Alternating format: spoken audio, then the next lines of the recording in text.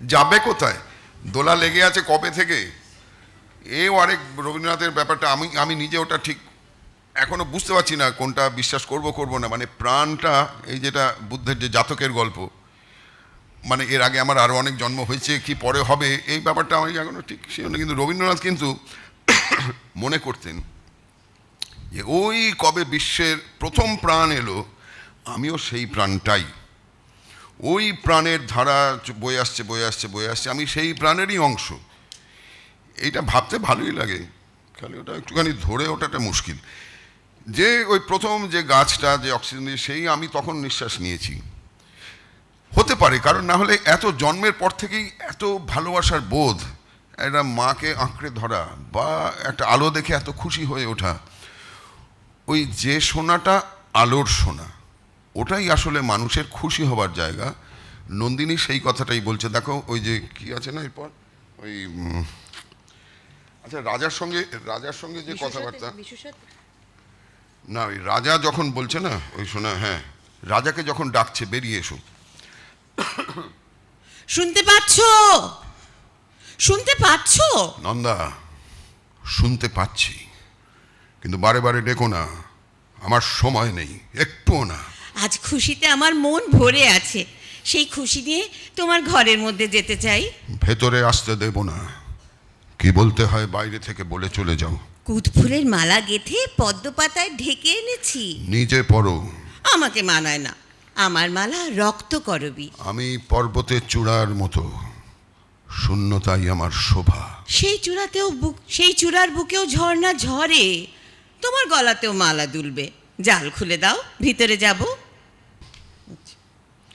আসতে দেব না, কি বলবে শীঘ্র বলো। দূর থেকে ওই গান শুনতে পাচ্ছ? কিসের গান? পৌষের গান। ফসল পেকেছে, কাটতে হবে, তারই ডাক।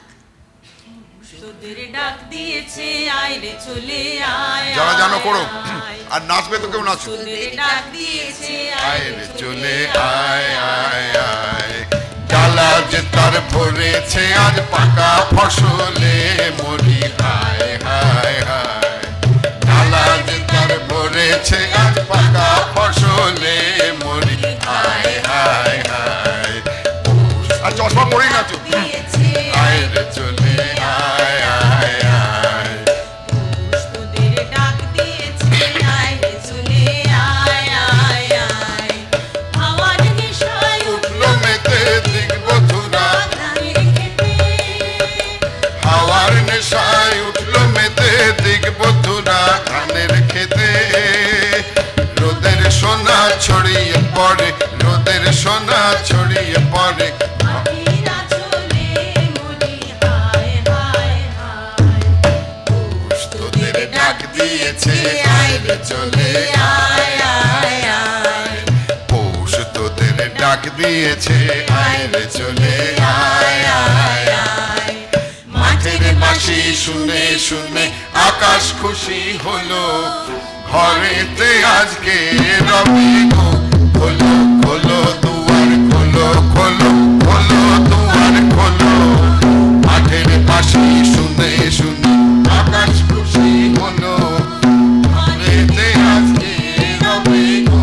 খোলো খোলো দুয়ার খোলো, খোলো খোলো দুয়ার খোলো। আলোর হাসি উঠলো জেগে শিশির লেগে, আলোর হাসি উঠলো জেগে ধানের শীষে শিশির লেগে। ধরার খুশি ধরে না গো, ধরার খুশি ধরে না গো, ওই যে উথালে মরি হায় হায় হায়। পৌষ তোদের ডাক দিয়েছে, আয় রে চলে আয় আয় আয়। পৌষ তোদের ডাক দিয়েছে, আয় রে চলে আয় আয় আয়। ডালা যে তার ভরেছে আজ পাকা ফসলে মরি হায় হায় হায়। ডালা যে তার ভরেছে আজ পাকা ফসলে মরি হায় হায় হায়। তোদের ডাক দিয়েছে, আয় রে চলে আয় আয় আয়। তোদের ডাক বেরো। দিয়েছে, আয় রে চলে আয় আয় আয়। দারুণ দারুণ, সাধু সাধু সাধু। নন্দিনী বলছে, দেখছো না পৌষের রোদ্দুর পাকা ধানের লাবণ্য আকাশে মেলে দিয়েছে। এইবার মন তুমিও দিয়ে শোনো। বেরিয়ে এসো রাজা, তোমাকে মাঠে নিয়ে যাই। আমি মাঠে যাব? কোন কাজে লাগবো? মাঠের কাজ তোমার যক্ষপুরীর কাজের থেকে অনেক সহজ। সহজ কাজটাই আমার কাছে শক্ত। সরোবর কি ফেনার নুপুর পড়া ঝর্ণার মতো নাচতে পারে? যাও, যাওয়ার কথা কেউ না, সময় নেই। অদ্ভুত তোমার শক্তি। যেদিন আমাকে তোমার ভাণ্ডারে ঢুকতে দিয়েছিলে, তোমার সোনার তাল দেখে কিচ্ছু আশ্চর্য হইনি, কিন্তু যে বিপুল শক্তি নিয়ে অনায়াসে সেইগুলোকে চূড়ো করে সাজাচ্ছিলে, তাই দেখে মুগ্ধ হয়েছিল। তবু বলি, সোনার পিণ্ড কি তোমার ওই হাতের আশ্চর্য ছন্দে সাড়া দেয়, যেমন সাড়া দিতে পারে ধানের ক্ষেত? আচ্ছা রাজা, বলো তো, পৃথিবীর এই মরা ধন দিন রাত নাড়াচাড়া করতে তোমার ভয় হয় না? কেন? ভয় কিসের? পৃথিবী আপনার প্রাণের জিনিস আপনি খুশি হয়ে দেয়, কিন্তু যখন তার বুক চিরে মরা হাড়গুলোকে ঐশ্বর্য বলে ছিনিয়ে নিয়ে আসো, তখন অন্ধকার থেকে একটা কানা রাক্ষসের অভিসম্পাত নিয়ে আসো। দেখছো না এখানে সবাই কেমন যেন রেগে আছে, কিংবা সন্দেহ করছে, কিংবা ভয় পাচ্ছে। অভিসম্পাত? হ্যাঁ, খুনোখুনি কাড়াকাড়ির অভিসম্পাত।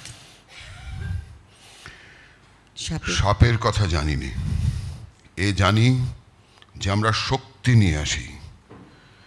আমার শক্তিতে তুমি খুশি হও নন্দিন? ভারী খুশি লাগে, তাই তো বলছি, আলোতে বেরিয়ে এসো, মাটির ওপর পা দাও, পৃথিবী খুশি হয়ে উঠুক। নন্দিনী, তুমি কি জানো বিধাতা তোমাকেও রূপের মায়ার আড়ালে অপরূপ করে রেখেছেন? তার মধ্যে থেকে ছিনিয়ে তোমাকে মুঠোর ভিতরে পেতে চাচ্ছি, কিছুতেই ধরতে পারছি না।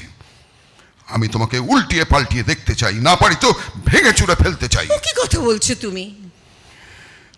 তোমার ওই রক্তকরবীর আভাটুকু ছেঁকে নিয়ে আমার চোখে অঞ্জন করে পড়তে পারি না কেন? সামান্য পাপড়ি কটা আঁচল চাপা দিয়ে বাধা দিয়েছে। তেমনি বাধা তোমার মধ্যে, কোমল বলেই কঠিন। এই কোমল বলেই কঠিন একটা ফুল রূপের মায়ার আড়ালে অপরূপ করে রেখেছে, এই বার্তাটা নন্দিনী আনছেন। আর রাজা যে সোনার তাল চূড়ো করে সাজাচ্ছে, সঞ্চয়ের নেশায় খালি সঞ্চয় করে চলেছে, ওইটা হচ্ছে এই মানুষের পশুত্ব। চন্দ্রাকে তো জানো, মানে ফাগুলালের স্ত্রী চন্দ্রা, যে সাদামাটা একজন আমাদের মতো যে কোনো একজন মানুষ। বিশু পাগল নন্দিনীকে গান শোনায়, খুশি হয়। নন্দিনী তার ভেতর থেকে গান টেনে বার করছে। এইটা চন্দ্রার কোথাও নন্দিনীর প্রতি একটা ঈর্ষা আছে। কি ওর মধ্যে বাড়তি যেটা আমার মধ্যে নেই? চন্দ্রার সঙ্গে বিশুর দু একটা কথাবার্তা শোনো।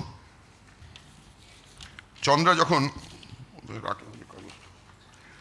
বিশুকে যখন ওই যে গানটা, মোর মোর স্বপন তরির কে কে নে তুই কে নে, মোর স্বপন তরির কে, লাগলো পালে নেশার হাওয়া, পাগল পরাণ চলে গে, কে কে নে তুই স্বপন তরির কে। বিশু গাইতে গাইতে আসছে, চন্দ্রা কি জিজ্ঞেস করছে? স্বপন্তরী নেটি কে সে আমি জানি। তরির বাইরে থেকে কেমন করে জানবে? তরির মাঝখান থেকে তো তাকে তো দেখোনি।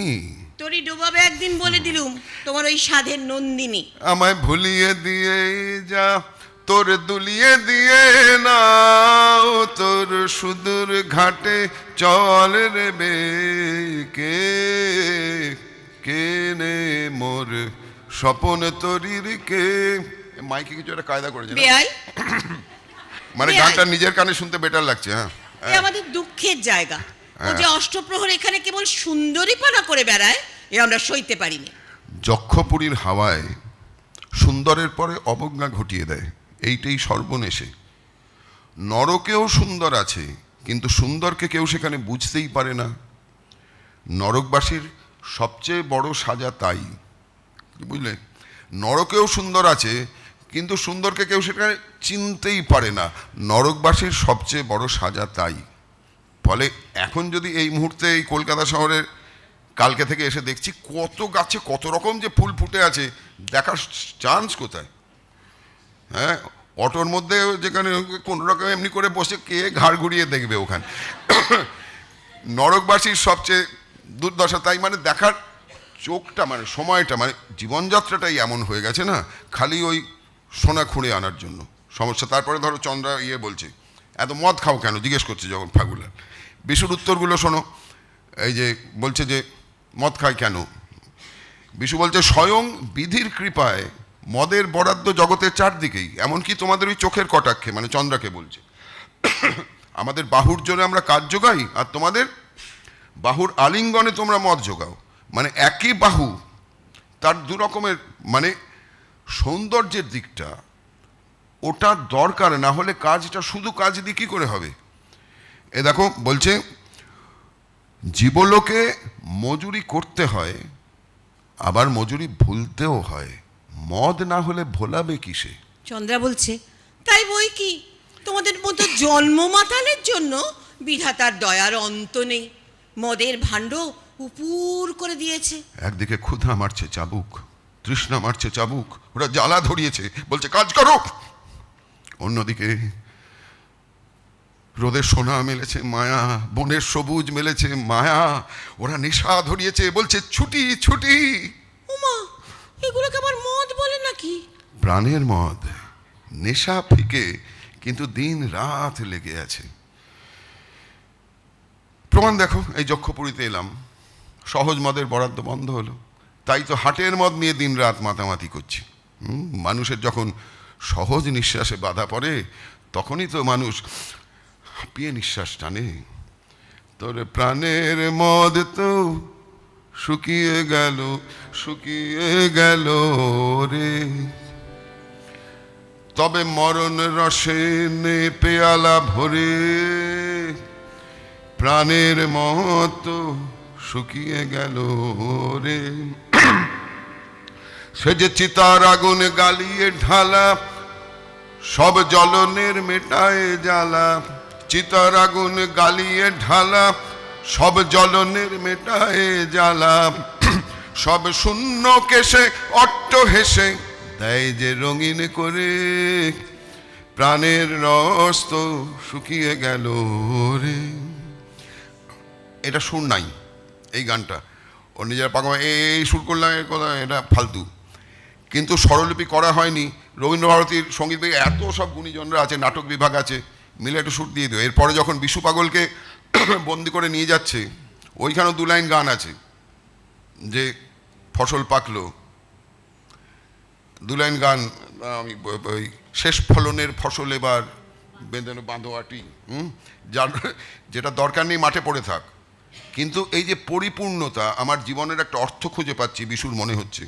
আচ্ছা, ওই বিশুর সঙ্গে নন্দিনীর মানে রোমান্টিক ব্যাপার, যেটা ওটা দারুণ ব্যাপার, ওইটা অনেকটা এমনি মুখস্থ আছে মনে হয়। দেখি, পাগল ভাই, পাগল ভাই, পাগল ভাই, পাগল ভাই, দূরে রাস্তা দিয়ে আজ সকালে ওরা পৌষের গান গেয়ে মাঠে যাচ্ছিল, তুমি শুনেছিলে? আমার সকাল কি তোর সকালের মতো যে গান শুনতে পাবো? এই যে ক্লান্ত রাত্রিটারই ঝেঁটিয়ে ফেলা উচ্ছিষ্ট। আজ মনের খুশিতে ভাবলুম এখানকার প্রাকারের ওপর চড়ে ওদের গানে যোগ দেব, কোথাও পথ পেলুম না, তাই তোমার কাছে এসেছি। আমি তো প্রাকার নই। তুমি আমার প্রাকার, তোমার কাছে এসে উঁচুতে উঠে বাহিরকে দেখতে পাই। তোমার মুখে এই কথা শুনে আশ্চর্য লাগে। কেন? যক্ষপুরীতে ঢুকে অবধি মনে হতো এখানকার মানুষদের সঙ্গে কুটে আমাকে একটা পিণ্ড পাকিয়ে তুলেছে, তার মধ্যে ফাঁক নেই। এমন সময় তুমি এসে আমার মুখের দিকে এমন করে চাইলে, আমি বুঝতে পারলুম আমার মধ্যে এখনো আলো দেখা যাচ্ছে। পাগল ভাই, এই বন্ধ গড়ের ভিতর কেবল তোমার আমার মাঝখানটাতেই একটা আকাশ বেঁচে আছে, বাকি আর সব বোঝা। ওই আকাশটা আছে বলেই তো তোমাকে গান শোনাতে পারি। তাই তো আমায় জাগিয়ে রাখো, ওগো ঘুম ভাঙানিয়া, তোমায় গান শোনাবো চমক দিয়ে, তাই তো ডাকো বুকে চমক দিয়ে, তাই তো ডাকো ওগো দুঃখ জাগানিয়া, তোমায় গান শোনাবো। তোমাকে একটা কথা বলি পাগল, যে দুঃখটির গান তুমি গাও, আগে আমি তার খবর পাইনি। কেন? রঞ্জনের কাছে? না, দুই হাতে দুই দাঁড় ধরে সে আমাকে তুফানের নদী পার করে দেয়, বুনো ঘোড়ার কেশর ধরে সে আমাকে বনের মধ্যে দিয়ে ছুটিয়ে নিয়ে যায়, লাফ দেয়া বাঘের দুই ভুরুর মাঝখানে তীর মেরে সে আমার ভয়কে উড়িয়ে দিয়ে হা হা করে হাসে। আমাদের নাগাই নদীতে ঝাঁপিয়ে পড়ে স্রোতটাকে যেমন সে তোলপাড় করে, আমাকে নিয়ে তেমনি সে তোলপাড় করতে থাকে। প্রাণ নিয়ে সর্বস্ব পণ করে সে হার জিতের খেলা খেলে, আমাকে সেই খেলাতেই জিতে নিয়েছে। একদিন তুমিও তো সেই খেলার মধ্যে ছিলে, কিন্তু কি মনে করে বাজি খেলার ভিড় থেকে একলা বেরিয়ে গেলে, যাবার সময় কেমন করে আমার মুখের দিকে তাকালে বুঝতে পারলুম না।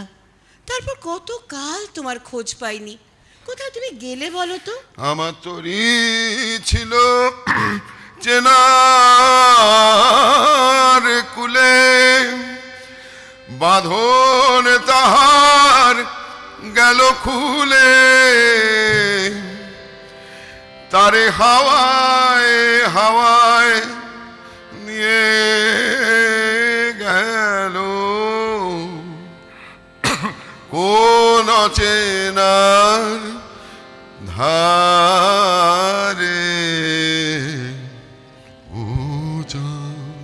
সেই অচেনার ধার থেকে এখানকার যক্ষপুরীর সুরঙ্গ খোদার কাজে কে তোমাকে আবার টেনে আনলে? একজন মেয়ে, আমি নিজেকে ভুলেছিলাম। তোমাকে সে কেমন করে ছুঁতে পারলে? তৃষ্ণার জল যখন আশার অতীত হয়, মরীচিকা তখন সহজে ভোলায়। তারপর দিখারা নিজেকে আর খুঁজে পাওয়া যায় না। একদিন পশ্চিমের জানলা দিয়ে আমি দেখছিলাম মেঘের স্বর্ণপুরী, সে দেখছিল সর্দারের সোনার চূড়া। আমাকে কটাক্ষে বললে, ওইখানে আমাকে নিয়ে যাও, দেখি কত বড় তোমার সামর্থ্য। আমিও স্পর্ধা করে বললাম যাব নিয়ে। আনলুম তাকে সোনার চূড়ার নিচে। তখন আমার ঘোর ভাঙল। পাগল ভাই, আমি এসেছি, তোমাকে এখান থেকে বের করে নিয়ে যাব, সোনার শিকল ভাঙব। তুমি যখন এখানকার রাজাকে পর্যন্ত টলিয়েছ, তোমাকে আর ঠেকাবে কিসে? আচ্ছা, তোমার ওকে ভয় করে না? এই জালের বাইরে থেকে ভয় করে, কিন্তু আমি যে ভেতরে গিয়ে দেখেছি। ও, তো ও কি বললে? একসময় ঝেঁকে উঠে ওর বর্ষা ফলার মতো দৃষ্টি আমার মুখের ওপর রেখে বললে, আমি তোমাকে জানতে চাই। আমার কেমন গা শিউরে উঠল। বললাম, জানবার কি আছে, আমি কি তোমার পুঁথি? সে বললে, পুঁথিতে যা আছে সব জানি, তোমাকে জানি নে।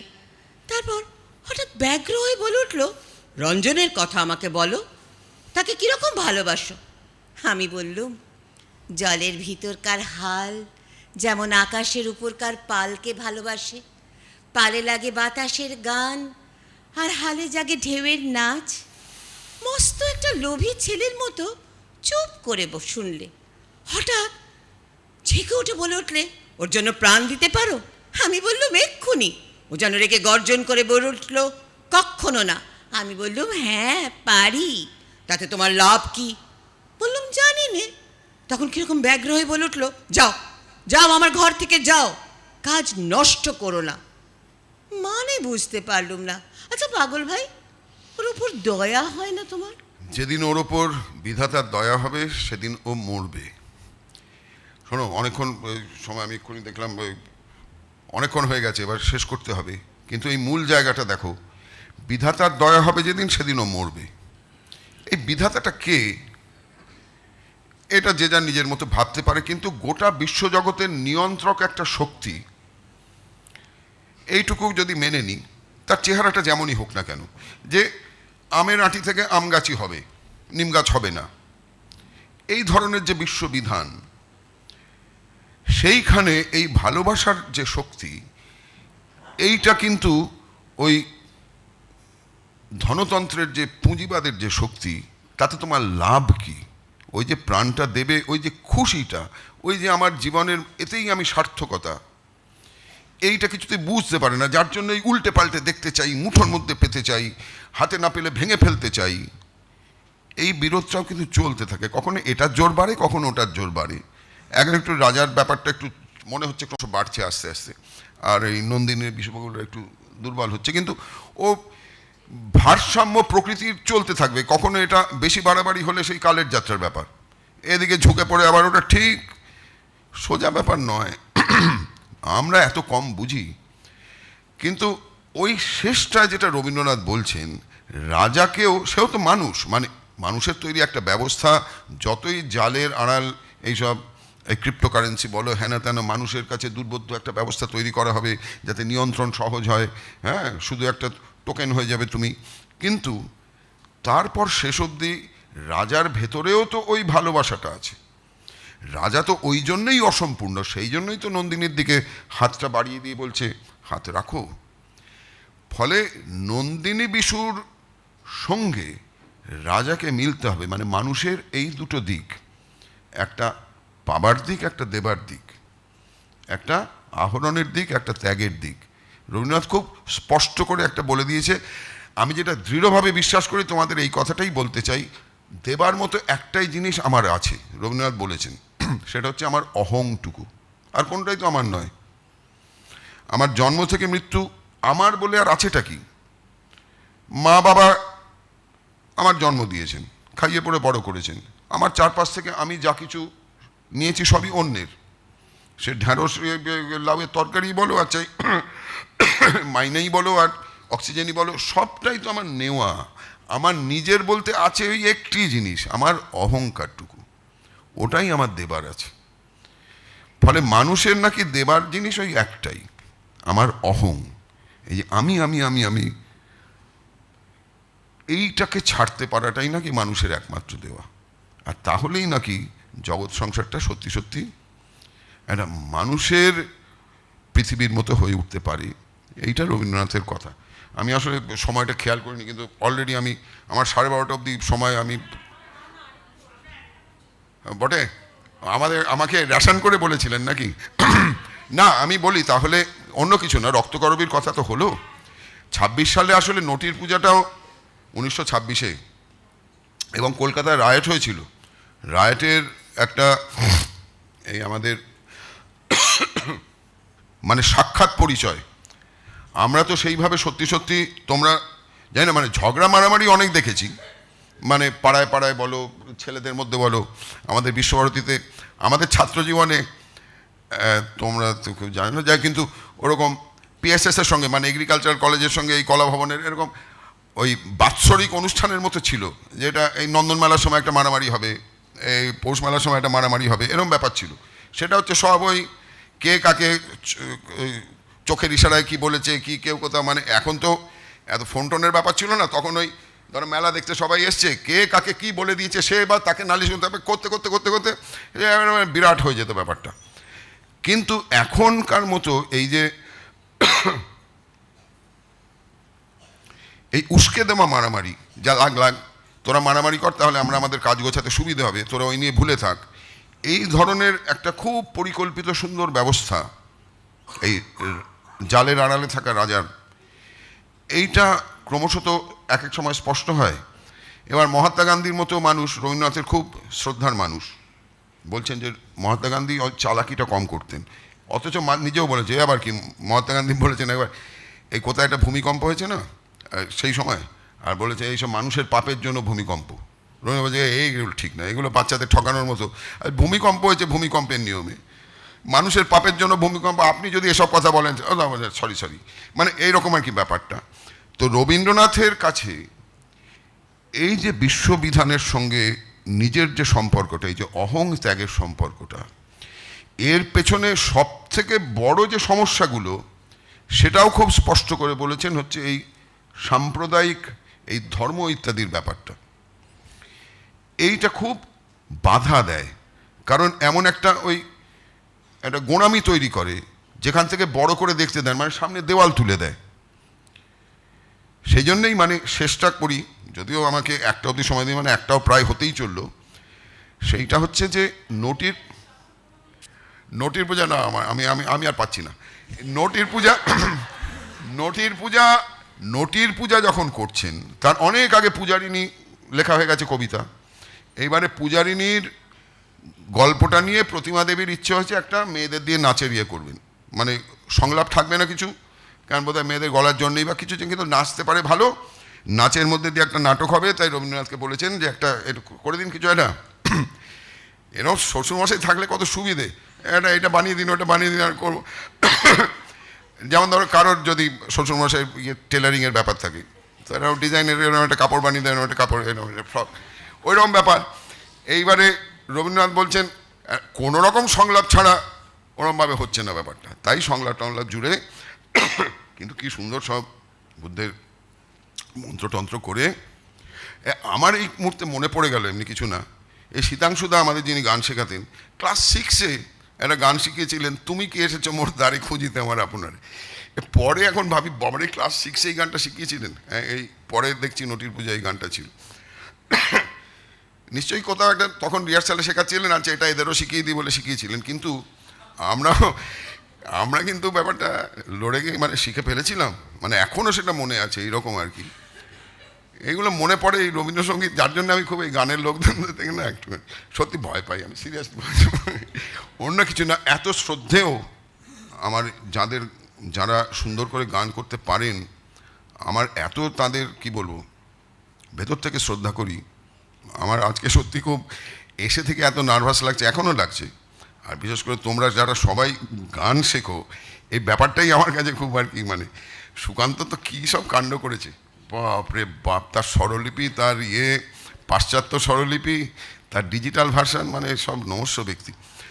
তো নটির পূজায়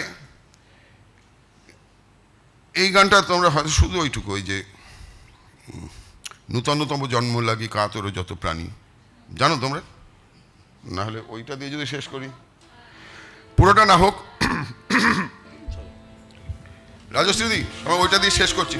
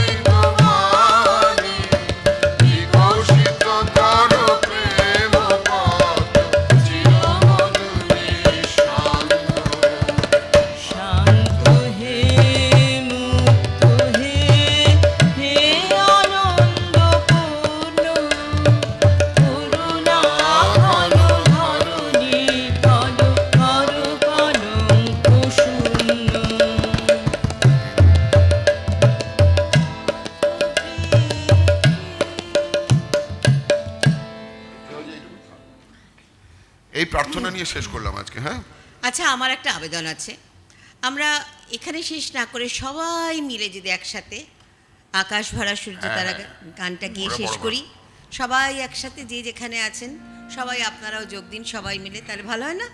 হ্যাঁ, চল, মন্ত্র, সবাই। ওটা হলো মন্ত্র। করো।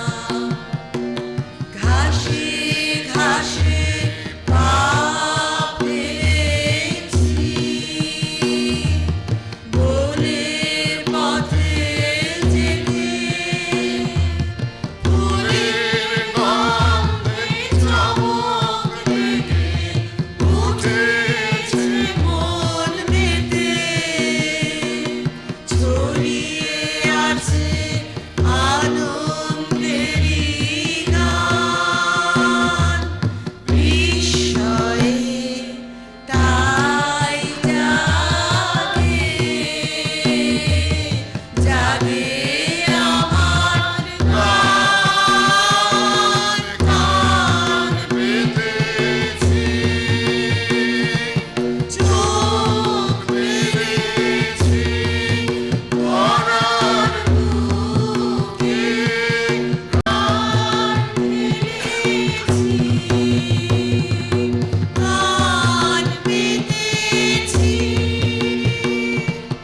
চোখ মেলেছি ধরার বুকে, প্রাণ ফেলেছি।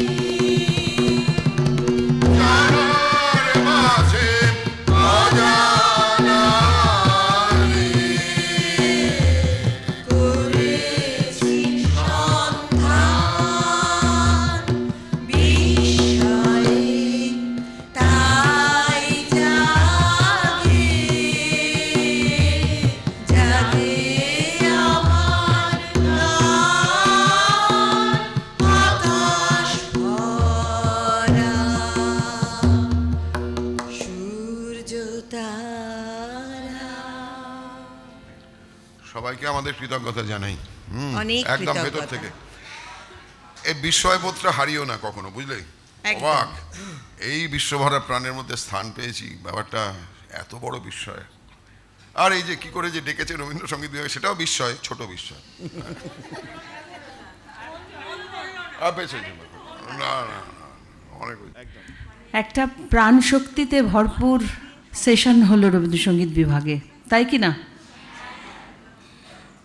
যে কথাটা আমাকে বড্ড টানলো সেটা হচ্ছে অহংকারী আমরা খালি দিতে পারি। এটা সাংঘাতিক একটা কথা, মানে আমি বর্জন করে। আমি একদিন একটু চেষ্টা করেছিলাম যে 1 ঘন্টায় আমি শব্দটা বলবো না, পারিনি, কিন্তু বেরিয়েই গেছে। মানে ভাব বাচ্চা ভেবেছিলাম, মানে আমি তার অহংকার বলে ভাবিনি, আমি শব্দটা বলবো না। আমরা কোনো নতুন পেন কিনলেই আগে নিজের নামটা সই করে দেখি। হ্যাঁ, আমরা কি অন্য কারোর নাম সই করে মানে দেখি? এই যে আমি সবসময় আমি নিজের আমি নাম আমি দেখি। করে যাচ্ছি, মানে এটা আপনি যে আবার নতুন করে আমি শব্দটা এর করে ঢোকালেন। আমি কিন্তু একদিন চেষ্টা করেছি, কিন্তু 1 ঘন্টার মধ্যে বলেই ফেললাম। মানে 1-2 বার তো বলেইছি, মানে ভেবেছিলাম সব ভাব বাচ্চা উত্তর দেবো, হ্যাঁ এটা করা হলো ওটা করা হলো, মানে অহংকার ভেবে বলিনি যে আমিটা বলবো না, তাহলে যদি খানিকটা উন্নতি হয় নিজের। তো সেই আর কি, মানে অসাধারণ, মানে অভিজ্ঞতা আপনাকে তুলনা নেই, মানে তুলনাহীন। তেমনি গার্গিদি, মুগ্ধ হয়ে আমি এই সেশনটা মানে কত কিছু শিখলাম। তোমাদের কিছু কি জিজ্ঞাসা আছে? যদি থাকে একটু বলতে পারো, বা কিছু বলার থাকলে বলো। মানে হ্যাঁ, সাল তারিখ নয়। কেউ কিছু যদি বলতে চাও, কেমন লাগলো সেটাও তো দাঁড়িয়ে বলতে পারো, কোনো অসুবিধে নেই। প্রশ্নই করতে হবে এমন কোনো কথা নেই। দেবশ্রী, আচ্ছা বলো বলো বলো। হ্যাঁ, বলছি দাদা, আমি একটা অন্য প্রশ্ন করছি। আমাদের ওই যে গানটা আছে না, যে মোর নয়নের বিজুলি জল আলো যেন ঈশান কোণে ঝটিকার মতো কালো, আমাকে এই আলো, এই কি সত্য, সকলই সত্য। আচ্ছা আচ্ছা আচ্ছা আচ্ছা। হ্যাঁ, আমার এই আলো আর কালোটা আমার খুব দ্বন্দ্ব হয়েছে গতকাল। একজন গাইছিলেন, হঠাৎ আমার এটা মাথায় বলো হয়েছে, লাইনটা বলো একবার শুনি। মোর নয়নের বিজুলি উজ্জ্বল আলো যেন ঈশান কোণের ঝটিকার মতো কালো। এবার আলো, নয়নের আলো, এবার পুরো কথাটা শুনি না, গানটা আমি মানে গানের কথাটা কি দেবো দাদা? হ্যাঁ হ্যাঁ, একটু জানা হোক। তো হে আমার চির ভক্ত, একই সত্য, একই সত্য, হে আমার চির ভক্ত, মরি নয়নের বিজলি উজ্জ্বল আলো যেন ঈশান কোণের ঝটিকার মতো কালো, একই সত্য। মোর মধুর অধর বধুর নবীন অনুরাগ সমরক্ত, চিরভক্তকে বলছেন। মোরে না হেরিয়া নিশির শিশির ঝরে, প্রভাত আলোকে পুলক আমারই তরে কি সত্য।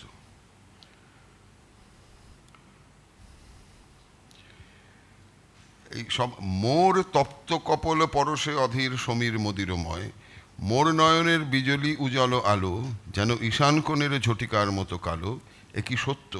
এটা কার প্রশ্ন? মানে এটা মানে মানে আমার যেটা আপাতভাবে না, না, আমি বুঝেছি না, দাদা বলো। কিছুই মেলেনি তারপরে আর। না, বলছি এই গানটা কি পূজার? হ্যাঁ, পূজা পর্যায়ের গান। মানে আমি যেটুকু শুনে, এই গানটা তোমাদের হয়তো অনেকের জানা, ওই অহংয়ের আমার মনে যেটা হলো, আমার আসলে সবটা এরকম ফিল্টার হয়ে গেছে, তো ওই যে আমার চোখের যে আলোটা, মানে রবীন্দ্রনাথের দেখা নিয়ে ভারী সুন্দর একটা কথা আছে, যে আমার ওই শান্তিনিকেতনের যে উপাসনা করতেন তার যে গ্রন্থটা, সেখানে দেখা বলে একটা প্রবন্ধই আছে, প্রবন্ধ মানে বক্তৃতা, যে আমার দেখাটা এখনো সম্পূর্ণ হয়নি। ওই অহংয়ের দেখায় যেটা হয়, বলছেন কিন্তু চর্মচক্ষু বলে চোখটাকে হেয় করো না, শুধু আমার চোখ দিয়েই যতটা দেখতে পাই, সেটা শুধু নিজের বিছানাটুকু, নিজের ঘরটুকু নয়, এই যে বিরাট দিগন্ত জোড়া যে একটা সম্ভার আমার চোখের সামনে মেলে ধরেছে, তার মধ্যে কতটুকু আমার প্রয়োজনের, বেশিরভাগটা আমার অপ্রয়োজনের, কিন্তু সবটা আমার জন্য রয়েছে। এইবার চিরভক্ত কার ভক্ত? আমি কি আমার ভক্ত, না আমার থেকে বড় আরো কোনো অস্তিত্বের ভক্ত? চিরভক্ত কিসের? আমি এক্ষুনি, আমি এই গানটা আগে শুনিনি, আমার শুনে যেটা মনে হচ্ছে আমি সেইটুকুই ভাগ করে নিচ্ছি, যে আমার চোখের বিজলি নয়নাল, মানে আমার চোখের যে এই দৃষ্টিশক্তি, সেইটা কি আলো করছে না অন্ধকার? মানে যে অন্ধকারটা খুব প্রবল অন্ধকার, মানে একেবারে কালবৈশাখীর আগের যে ঘন অন্ধকার, একটা খুব বড়, যার মধ্যে শক্তি আছে, মানে সেটা সবসময় ধ্বংসের শক্তি এরকম নয়, নতুন করে গড়ারও শক্তি, পরিষ্কার করার। হ্যাঁ বলো সুকান্ত। এটা আসলে প্রতিশোধ থেকে যখন রবীন্দ্রনাথ কলকাতায় ফিরছিলেন, হ্যাঁ। ট্রেনে করে ফিরছিলেন, তো আমরা যখন ট্রেনে উঠে আসি সামনের দিকে, আমাদের চোখে একটা আলো পড়ে, কিন্তু ঈশান কোণে আমরা আসলে অন্ধকারকে ফেলে আলোর পথে ছুটে চলি। এই ঈশান কোণের অন্ধকারটা বোধ করি রেলের পেছনের অন্ধকারটা। হ্যাঁ, সেটা তো হলো একটা ইতিহাস। আমি বলছি ওটা তো গান রচনার ইয়ের থেকে তুমি আমি ওইটা কি ভাবছি না, আমি বলছি আমার কাছে গানটা কি মানে নিয়ে আসতে পারে। মানে আমি সত্যি সত্যি গান রচনার যে প্রাসঙ্গিক, মানে সেই কাকে কোথায় দেখে কি বলেছেন, এমন অনেক কিছু, মানে ওই যে অনেক কথা যাও যে বলে কোনো কথা না বলি, কিন্তু আমার কাছে হচ্ছে আমি গানটা যে অর্থটা সেইটুকু খালি বলছি, যে আমার চোখের যে আলোটা, সেইটা কি সত্যি সম্পূর্ণ আলো, না তার মধ্যে অনেকটা অন্ধকার ঘিরে রয়েছে? এই প্রশ্নটা আমাদের সবসময়, যার জন্যে ওই যে সবটাই ওই যে তার পরের কথাগুলো যেগুলো, মোর মানে মধুর অধর হাওয়া যে বইছে, সবটা কি শুধু আমায় আদর করার জন্য? মানে আমার যদি মনে হয় যে সবটাই আমার জন্য, তার মধ্যেও দুটো দিক আছে। মানে কঠিন নয়, শুনলে মনে হয় কঠিন, দুটো দিক আছে, মানে আসলে সবই তো আমার জন্যে।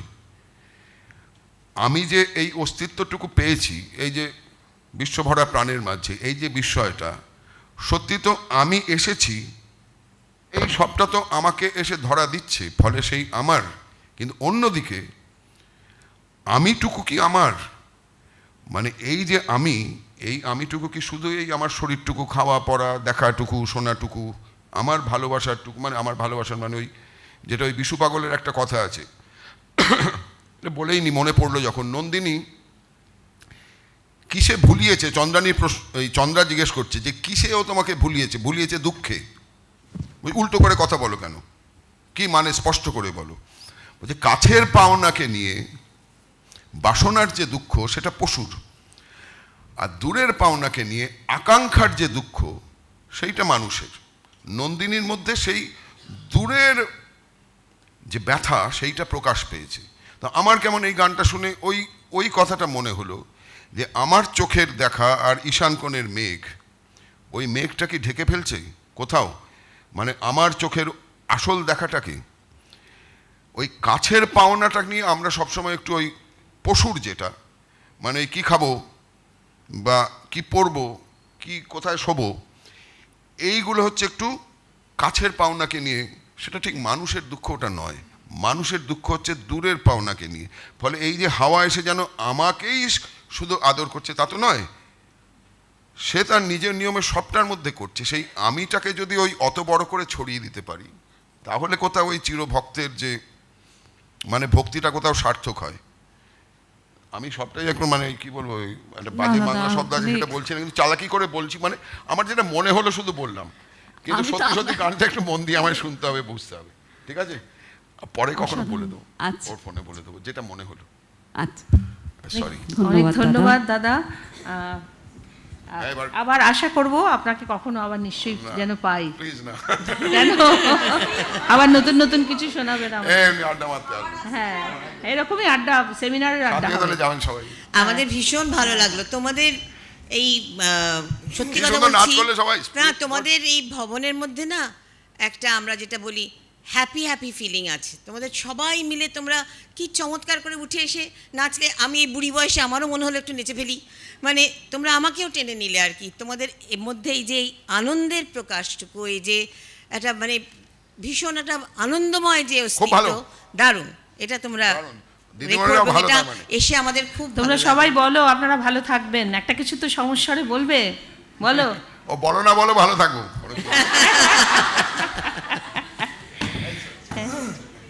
চলো শেষ করো, খালি শেষ করি বলে শো করছো না। ওটো ওটো।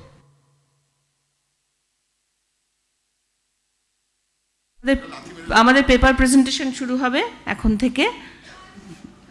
তোমরা বসো চুপ করে। আমাদের কে কন্ট্যাক্ট করবেন? গার্গী, গার্গী করবেন? হ্যাঁ, গার্গী, এরপরে এসো।